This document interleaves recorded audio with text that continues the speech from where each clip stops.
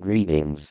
Please allow me the chance to throw my metaphorical hat into the metaphorical ring regarding the Otherkin beliefs. While watching your video, I was not struck by the points raised in Takamizuna's video, but rather by those that seemed to lie near my own particular area of study. You mentioned that your awakening was a dramatic personal event involving phantom sensations of wings, talons, flight, and a slew of finer details. It is this event that you chose to base your entire belief that you are a dragon upon. I find this assumption problematic in several ways. A very simple definition of the hallucination is a sensory experience of something that does not exist outside the mind. It should be readily apparent to even the most simple of people that these features you imagined are not actually on you, so at a very base level, your awakening is likely nothing more than a rather elaborate hallucination. These things are not uncommon. While I'm not aware exactly of the circumstances surrounding your awakening, I do not feel that they are entirely relevant to my point. If you had only a single moment of awakening, is it not fully possible to classify it as a vivid hallucination? And if you constantly have these phantom sensations, why must you assume that they are not constant episodes relating to a condition that you suffer from needlessly? In addition, you freely admit that these sensations were ambiguous, and that you could have interpreted them in many different ways.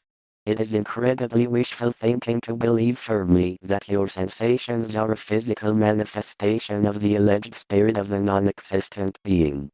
However, even if you had chosen something more natural, such as a bat or a bird, it would still not convince a rational mind that you had not suffered from some hallucinogenic episode. The fact that you chose to interpret your spirit as a dragon may, however, also be indicative of a subtler form of the commonly named delusions of grandeur. Rather than believe that you are a sparrow, or an eagle, or a huge cave bat, your mind jumped immediately to the most grandiose object that seemed to fit, vaguely, into the sensations that you were feeling at the time, in this case, a dragon.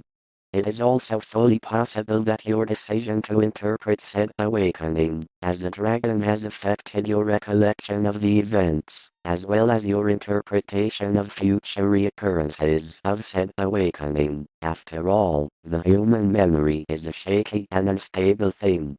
By establishing an active bias in your thoughts, it is likely that any sensations that did not fit with your interpretation were either discarded or rationalized into a consolidation of your beliefs, and any future stimuli to the contrary suffered the same fate. Should you have not directly decided on a single creature, it is incredibly probable that your memory of the awakening and of any following episodes would paint a much different picture. If I have confused you, or others watching, I will summarize my points. First, it is fully possible, and highly likely, that your awakening was nothing more than a hallucination interpreted as some form of sign.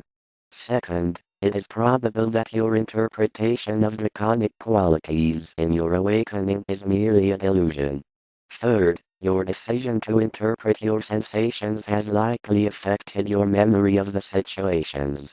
In conclusion, how are you comfortable basing your entire belief system on that which is, in all probability, nothing more than a mental condition?